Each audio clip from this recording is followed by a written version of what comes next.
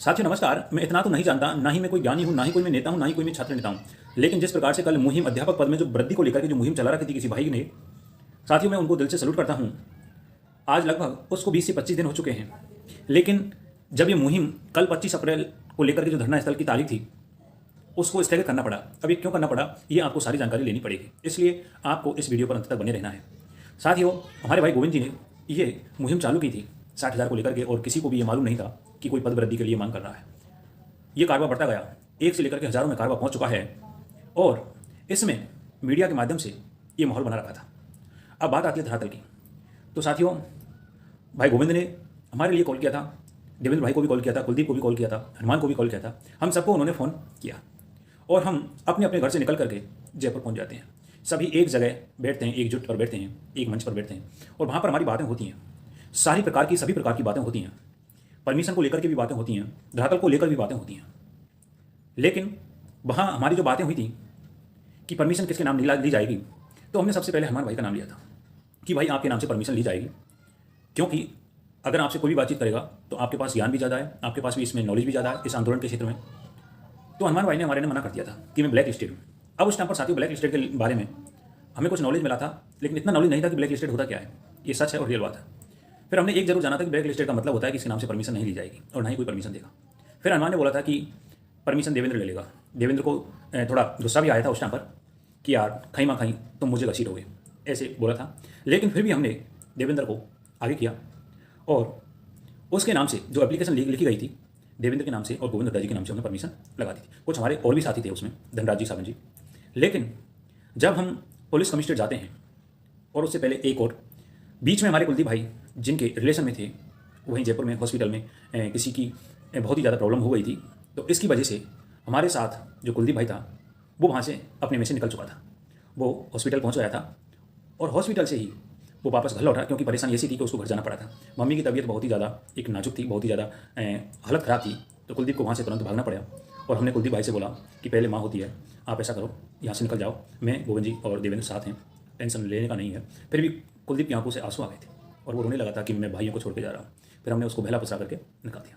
सावन जी भी था, लगातार 15 से और 16, 17 और 18, 19 तक हमारे साथ भाई गोविंद जी, और लगातार हम 3-4 दिन कभी पुलिस कमिश्नर जाते हैं, कभी विधायकपुरी थाने में जाते हैं, फिर विधायकपुरी में बयान देने जाते हैं, कभी पुलिस कमिश्नर जाते हैं। ये माहौल चलता रहा, कारवां चलता रहा। उसमें कभी सुबह फ़ोन करते हैं, कभी दोपहर फ़ोन करते हैं, कभी शाम को फ़ोन करते हैं, क्योंकि सर देखो कि जो साहब होते हैं पुलिस कमिश्नर के अंदर, वो कभी भी फ़ोन करके बुला सकते हैं।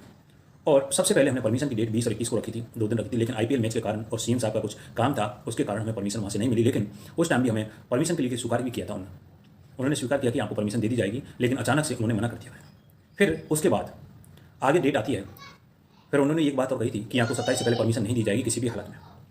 लेकिन वहाँ पर भी हमने कुछ जैक जुगाड़ से संबंधित या फिर जानकारी से संबंधित कुछ थे, तो हमने उनसे बात की थी कि किस कारण परमिशन, क्योंकि स्वतंत्रता का अधिकार सबको है, कोई भी परमिशन ले सकता है। लेकिन फर्स्ट बार ये बोला था कि एज ए स्टूडेंट के नाम से पहली बार परमिशन दी जा रही है।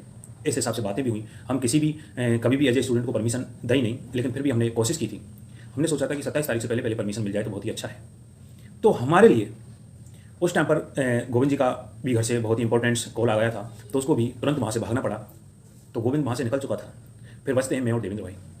अब मैं और देवेंद्र भाई फिर पुलिस कमिश्नर जाते हैं, और पुलिस कमिश्नर जा करके वही दोबारा से प्रक्रिया होती है, एप्लीकेशन लिखना वगैरह, कि आपको अगर परमिशन चाहिए तो वो जो पहले की एप्लीकेशन है उसको रिजेक्ट किया जाएगा, और आप ऐसा करो दूसरी एप्लीकेशन लिखना पड़ेगा, फिर से आपको बयानबाजी देनी पड़ेगी। तो फिर से मैं और देवेंद्र पुलिस कमिश्नर जाते हैं। उसके बाद वही एप्लीकेशन लिखते हैं, साइन होते हैं, आधार कार्ड नंबर वगैरह जो भी हैं हमारे कागजात हैं उनको बंद लिया जाता है। फिर वहाँ से DSP साहब से या फिर IPS अधिकारी साहब हैं, उनसे वहाँ से वेरीफाई होता है। वेरीफाई वहाँ से हो जाता है, बोलते हैं कि आपको विधायकपुरी थाने में जाना हुआ। फिर किसी थाने में जाते हैं, वहाँ पर बयानबाजी होती है। बयानबाजी दे करके आगे बातें होती हैं कि आपको परमिशन लेटर या परमिशन आपको मिल जाएगी 25 तारीख को, ये बात होती है। लेकिन जिस हिसाब से वहाँ पर हम परेशान हो रहे थे, मैं 6-7 दिन वहीं था, लास्ट मोमेंट तक मैं वहीं था। जब तक उन्होंने परमिशन के लिए हामिल भर ली तब मैं वापस वहाँ से आया था, और परमिशन लेटर के लिए उन्होंने बोला कि आपको परमिशन लेटर 24 तारीख को दे दिया जाएगा। लेकिन साथियों, जो परमिशन लेटर के लिए फिर सुबह मैंने देवेंद्र को कॉल किया था कि देवेंद्र ऐसा करो कि आप परमिशन लेटर के लिए निकल जाओ। वो बंदा 10 से 11 बजे के बीच में वहाँ पर जाता है। वहाँ पर फिर वही बातें होती हैं कि आपको परमिशन लेटर नहीं दिया जाएगा। अब साथियों, यहाँ से माहौल बहुत गर्म होता है, यहाँ से बहुत माहौल विपरीत दिशा में जाने लगता है। देवेंद्र का फ़ोन आया, वॉइस रिकॉर्डिंग भी देवेंद्र की आई थी कि ये किस तरीक़ा से कर दिया गया है। फिर वहाँ से जवाब आता है कि आपको परमिशन नहीं दी जाएगी। अब उस बंदे के वहीं पसीना निकल चुके थे, वहीं हताश हो चुका था।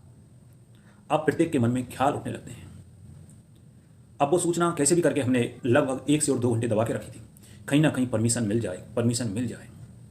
स्पष्ट मना कर दिया था। एडमिन पैनल में फिर मैसेज किया था कि परमिशन नहीं मिली है। फिर कुछ हमारे भाई या कुछ हमारे बहनें अलग अलग बातें निकलती हैं। किसने बीच में टांग अड़ाई है, किसने ये कारवा किया हमारे साथ, किसने धोखा किया है। अब इतना तो साथियों मुझे पता नहीं कि धोखा किसने किया, लेकिन इतना ज़रूर है अगर किसी ने भी इसमें टांग अड़ाई हो, किसी ने भी इसमें धोखा दिया हो, ये बहुत ही गलत है। अब ये देखने वाला तो ऊपर वाला है, क्योंकि साथियों ऊपर वाला जो देख रहा है वो उसके लिए स्पष्ट कर देगा। किसी पर टांग खींचना, किसी पर व्यक्तिगत प्रत्यारोपित करना, ये तो गलत है। मैं इसके हमेशा खिलाफ रहता हूँ। मैं हमेशा सत्य की बात करता हूँ, मैं हमेशा सच्चाई की बात करता हूँ। जो सच होता है मैं उसके साथ रहता हूँ। अब इसमें कई ऐसे चमचे भी आएंगे, बिगाड़ने वाले भी होते हैं, माहौल बनाने वाले भी होते हैं। लेकिन जब माहौल बनता है, कारवा बनता है, कुछ ये भी होते हैं कि कैसे भी करके इनका जो आंदोलन है वो सक्सेस ना हो जाए। टांग खिंचाई करने वाले ज़्यादा होते हैं, जबकि माहौल बनाने वाले बहुत कम होते हैं। ये आप लोगों ने अपने घर परिवार, अपनी समाज में देख रखा होगा। तो इसलिए मैं किसी पर प्रत्यारोप या फिर व्यक्तिगत किसी को टारगेट नहीं कर रहा, लेकिन ये किसी ने भी किया है, ये बहुत गलत किया है। अब इसके बारे में इतना ज़्यादा तो मैं नहीं बता सकता, इतना ज़्यादा तो मैं नहीं कह सकता, लेकिन हुआ है वो गलत हुआ है। फिर भी मैं उन भाइयों को सल्यूट करता हूँ कि जिन्होंने जी जान से लगा करके भी मेहनत की है, तन मन धन से मेहनत की है, तो मैं उन सबको सल्यूट करता हूँ। जय हिंद, जय भारत, धन्यवाद।